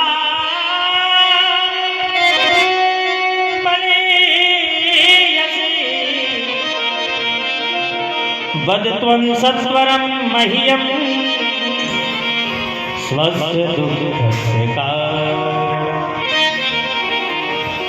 अरे बेटा, किस बात का दुख है? स्वस्य दुःखस्य कारणम्, अपने दुख का कारण बताओ ना, दुखी क्यों हो, क्यों रो रहे हो? सरकार कुछ नहीं, मरने जा रहे। क्यों? पत्नी है वो झगड़ा करती, बेटा भी नहीं है, बेटा नहीं है, क्या करूं, मर जाऊंगा। अच्छा, और कहने लगे बेटा तो मरने की बात करता है, पुत्र के लिए कह रहा है, एक जन्म क्या है? श्रवणो विप्रमया तेद्या प्रारब्धम तु विलोकितो मया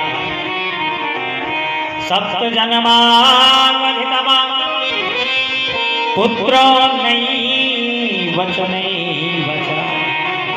अरे एक जन्म की बात करता है, 7 जन्म तक तेरे घर में पुत्र का सुख नहीं है, तेरे घर में पुत्र नहीं होगा। इतना सुनते योग रोने लगा, हे भगवान, पत्नी मिली झगड़ालू, 7 जन्मों तक पुत्र का सुख नहीं, अब तो मैं जरूर मृत्यु की शरण में जाऊंगा। सिर फोड़ने लगे, पटकने लगे, तोड़ने लगे। संत जी को दया आ गई। संत जी ने कहा बेटा तेरे भाग्य में तो नहीं है, ले मैं तुझे एक फल देता हूँ, जा पत्नी को खिला देना, तेरे घर में संतान हो जाएगी। ये संत ही कर सकता है, कोई भक्त ही कर सकता है जो भगवंत की लेखनी को बदल सकता है। ठाकुर जी ने अगर लेखनी पर लिख दिया, एक बार कह दिया ना, तो दोबारा स्वयं चाहे उसकी लेखनी को बदल दें तो बदल नहीं सकते। लेकिन भक्त चाहे तो लेखनी को बदल सकते। फल लेकर के आए और फल को पत्नी को खिलाए नहीं, हाथ में दिए, पत्नी पड़ोसन को बताई, बहन को बताई, सबसे बताई, तब तक में उस फल को गौ माता को खिला दिया गया।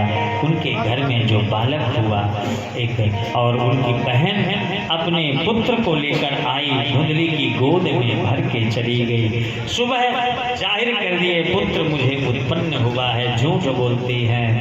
पुत्रोत्पत्ति का समाचार सुनकर आत्मदेव महाराज को शंका हुई, लेकिन पत्नी ने समझा दिया, चिंता मत करो, हमारा ही बेटा है। और इस प्रकार से 3 महीने के बाद जो गौ माता के पेट में पल गया संत का प्रसाद, वो भी एक श्रवान के सुंदर बालक को जन्म देते हैं। कान गाय के समान, शरीर मनुष्य के समान, इसलिए उस बालक का नाम रखा गया गोकर्ण। बोलिए गोकर्ण महाराज की जय हो। गोकर्ण महाराज ज्ञानी हुए। गोकर्ण पंडितो ज्ञानी धुंधकारी नाम महाफला। गोकर्ण महाराज पंडित ज्ञानी विवेकी और धुंधकारी महाफल दुष्ट निकला। स्वभाव में अंतर। धुंधकारी की शिकायतें आ रही हैं, पिताजी घर छोड़ दिए, माताजी प्राणांत कर दिए, भाई तीर्थाटन पर चला गया। धुंधकारी 5-5 गणिकाओं को लेके आया, गणिकाओं ने मार दिया, धुंधकारी का वध हो गया। घर के अंदर ही गाड़ दिए, मरकर भयंकर प्रेत हुआ। गोकर्ण महाराज को पता चला गया जी में श्राद्ध तर्पण करवा करके आए, और जैसे आए प्रेत बन करके धुंधकारी डरवाने लगा। गोकर्ण महाराज पूछे कौन हो, क्यों डरवा रहे हो? बोले तुम्हारा भाई हूँ। प्रेत कैसे बन गए? बोले नहीं मालूम, पाप जीवन में मैंने बहुत। बोले तो करना कुछ नहीं है। तब सूर्यनारायण भगवान से पूछते उनके निमित्त श्रीमद् भागवत महापुराण का आयोजन होता है। 7 गांठ वाला बांस था, उसमें छिप करके बैठ गया। धुंधकारी प्रतिदिन कथा संपन्न होती गई, एक गांठ बढ़ता गया। 7वें दिन राजा परीक्षित जी महाराज की जब मोक्ष की कथा श्रवण कराई गई, दिव्य पुरुष बाहर निकल के आए और भगवान का गुणगान करते हुए प्रभु को धाम। अगले महीने पुनः कथा का आयोजन होता है। गोकर्ण महाराज को लेने के लिए ठाकुर जी स्वयं आते हैं। इस प्रकार से गोकर्णोपाख्यान जो भाव से श्रवण करते हैं, उनके पितृ लोग प्रसन्न हो जाते हैं। पितरों की कृपा मिलती है, पितृ गदगद होते हैं, आशीर्वाद देते हैं। ये पावन श्रीमद् भागवत महापुराण का महात्मा हम आप सभी लोगों ने श्रवण किया। कल से पुनः ठीक हम सभी लोग 3:15 बजे उपस्थित होकर के 6:15 बजे तक कथा का आनंद लेंगे, और उसके बाद अपने अपने कार्यशैलियों में हम आप सभी लोग कृत्य होंगे। तो आइए हरि नाम संकीर्तन और उसके बाद फिर भजन श्रवण करते हुए फिर आरती और प्रसाद के बाद भी प्रस्थान करेंगे। बोलिए भक्त वत्सल भगवान की जय।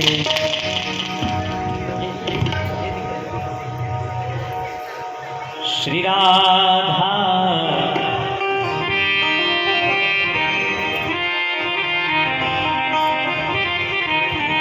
श्री राधा राधा कृष्ण राधा राधा कृष्ण राधा राधा राधा कृष्ण राधा श्री राधा राधा कृष्ण राधा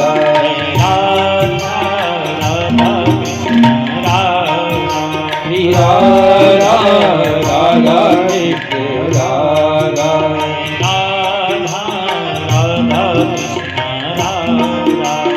राधा राधा कृष्ण राधा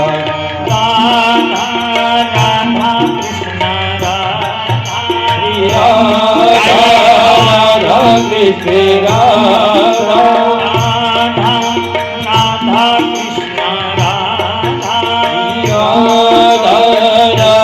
कृष्ण राधा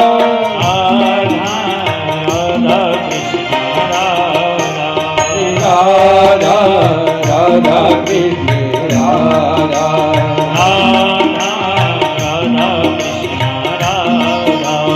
राधा राधा कृष्ण राधा।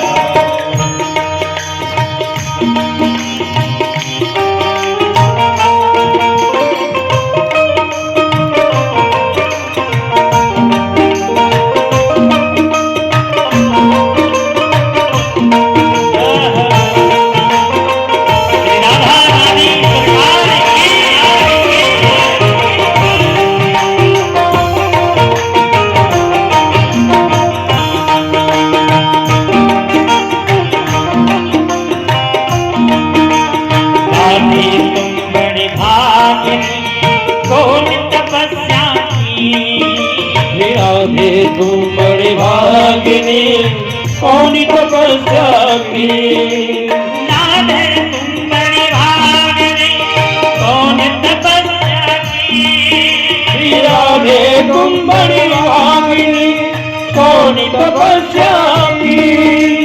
तीन लोग तरन सोते, तीन लोग तरन सोते रे आधी, तीन लोग तरन सोते, तीन लोग तरन सोते रे आधी। राधा राधा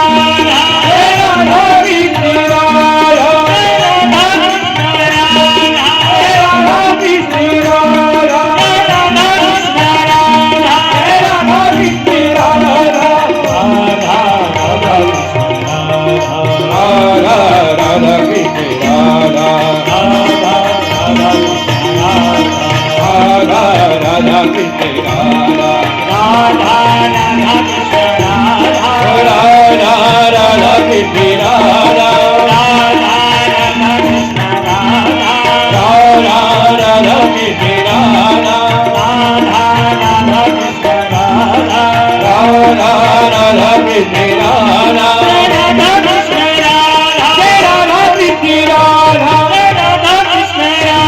राधा कृष्ण राधा राधा कृष्ण राधा राधा कृष्ण राधा राधा कृष्ण राधा राधा कृष्ण राधा राधा कृष्ण राधा राधा कृष्ण राधा राधा कृष्ण राधा राधा कृष्ण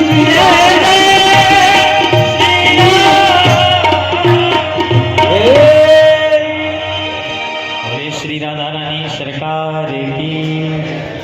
आइए समय आरती करें। एक भजन है भजन और उसके बाद एक भजन में श्रवण करें।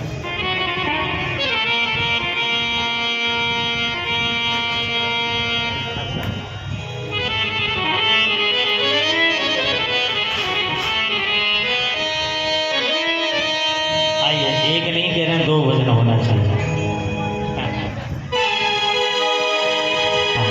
जय हो ब्रजराज की बांसुरी की ब्रजमोहनी की बनवारी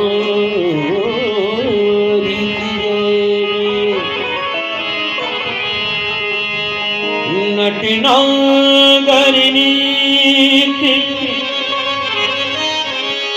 बिहारी की जय सुख सागर रस बिहारी की जय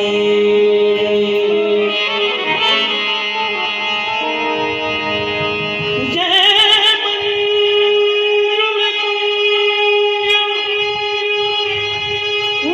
निकुंजन की रस पुंजन समाज की जय जय यमुना तट की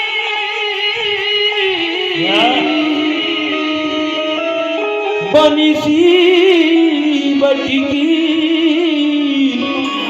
गिरिजेश्वर की गिरिराज की जय जय ब्रज गोपिन गोपी कुमारन की विपिनेश्वर की सुख साखा की जय जय ब्रज के सब संतन संतन की ब्रज मंडल के ब्रज मंडल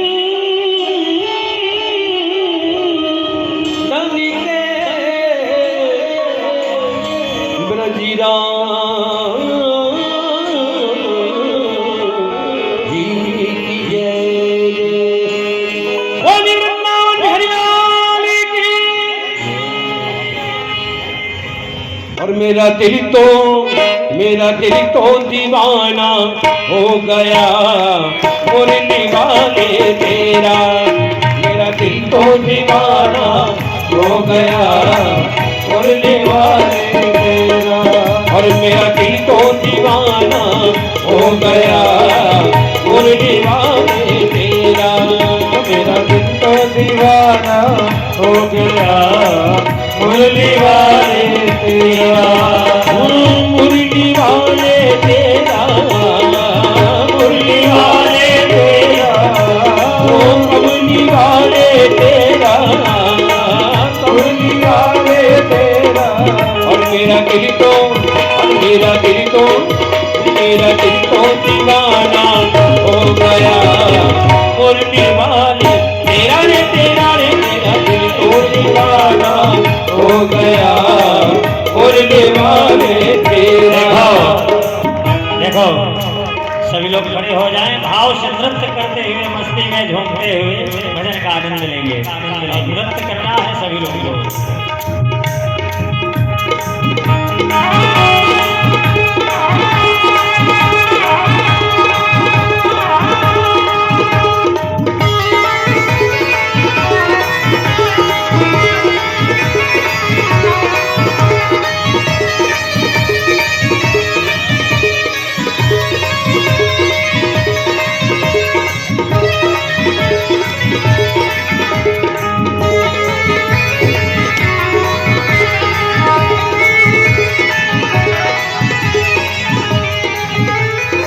जब से नजर मिल गई है, जब से नजर मिल गई है, जब से नजर मिल गई है, जब से नजर मिल गई है, उड़ने चमन की कली खिल गई है, उड़ने चमन की कली खिल गई है, उड़ने चमन की कली खिल गई है, उड़ने चमन की कली खिल गई है। नजरे मिलाना हो गया, मुरली वाले तेरा रे तेरा रे तेरा दिल को दीवाना हो गया, मुरली वाले तेरा।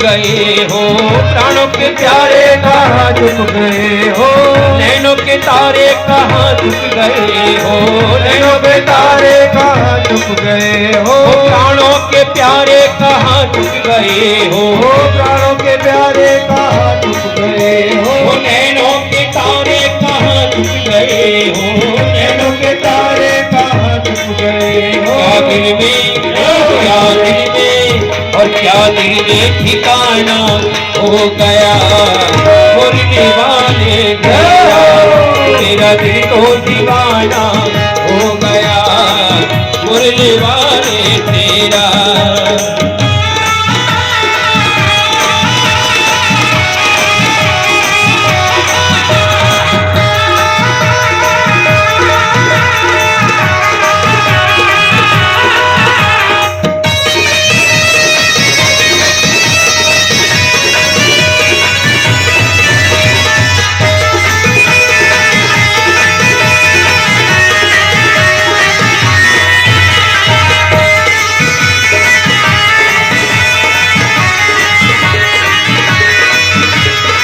दीवानगी ने क्या क्या दिखाया, दीवानगी ने क्या क्या दिखाया, वो दीवानगी ने क्या क्या दिखाया, दीवानगी ने क्या क्या सिखाया, दुनिया छुड़ा के तुमसे मिलाया, दुनिया छुड़ा के तुमसे मिलाया, वो दुनिया छुड़ा के तुमसे मिलाया, दुनिया छुड़ा के तुमसे मिलाया। ये मेरे कन्हैया दीवाना, दीवाना और दीवाना जमाना हो गया, मुरली वाले तेरा रे तेरा रे तेरा दिल को दीवाना हो गया, मुरली वाले तेरा, ओ मुरली वाले तेरा, मुरली वाले तेरा, ओ कमली वाले तेरा, कमली वाले तेरा। तेरा दिल तो दीवाना हो गया, मुरली वाले तेरा रे तेरा रे तेरा दिल तो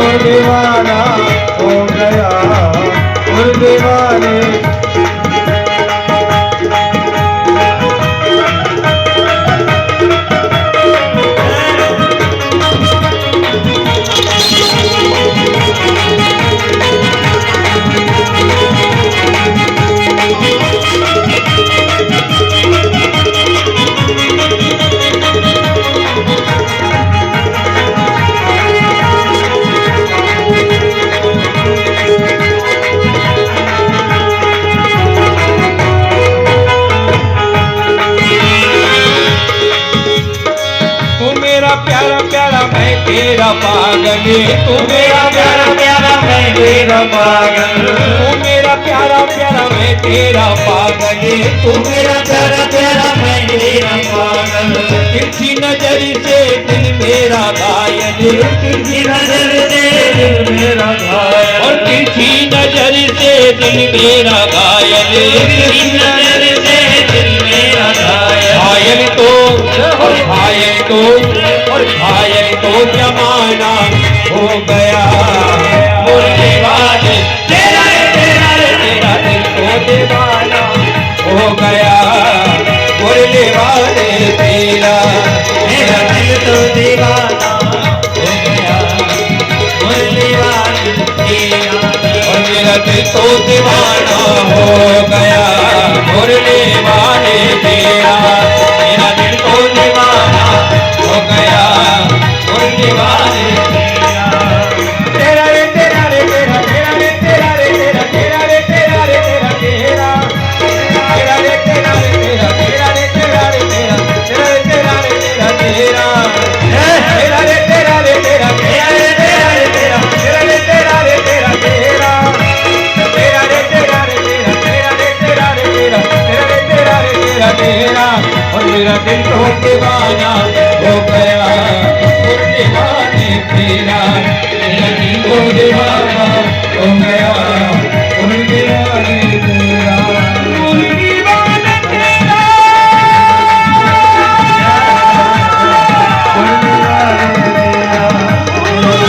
वाले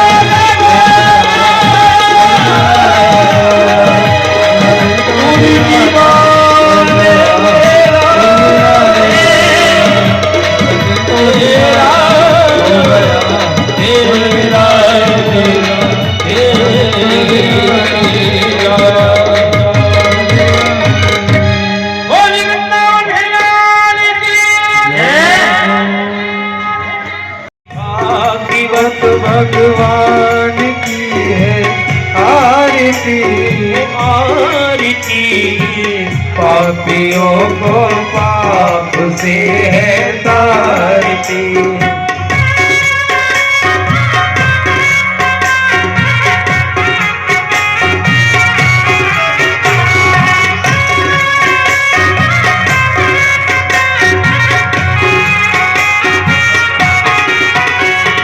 अमरी ग्रंथि ये मुक्ति पंथी ये पंचम वेद निराला नव ज्योति जगाने वाला, अमर ग्रंथ ये मुक्ति पंथ ये पंचम वेद निराला नव ज्योति जगाने वाला। हरि नाम यही हरि ध्यान यही, हरि नाम यही है हरि ध्यान यही, जग के मंगल की आरती, पापियों को पाप से है तारती।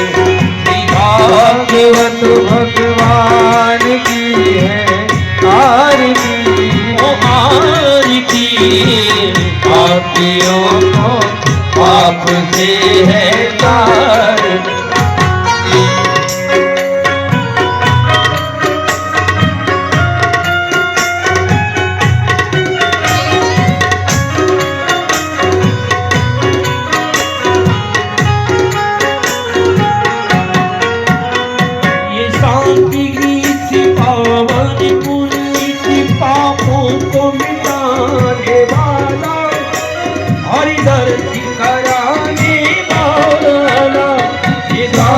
गीत पावन पुनीत पापों को मिटाने वाला, हरि दर्श कराने वाला। ये सुख करिनी ये दुख हरिणी, ये सुख करिनी ये दुख हरिणी, श्री मधुसूदन के आरती, पापियों को पाप से है तारती। भागवत भगवान की है आरती आरती, पापियों को पाप से है तारती।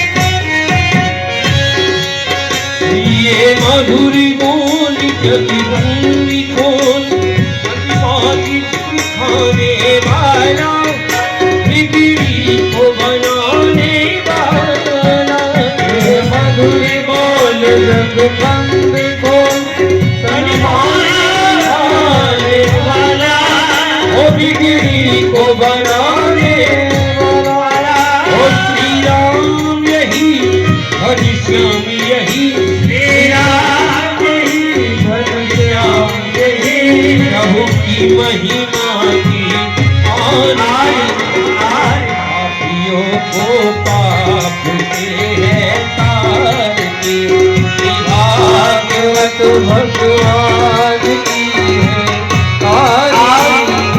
आरती पापियों को पाप से है तारती कर्पूर गौरम करुणावतारम गंगाविहारम सर्वावधर्तम विज्ञानवेदे भवानी ऐकन्नम तुमेव माता च पिता तुमेव तुमेव बन्धु तुमेव तुमेव वेदारणं तुमेव तुमेव धर्मं हरे राम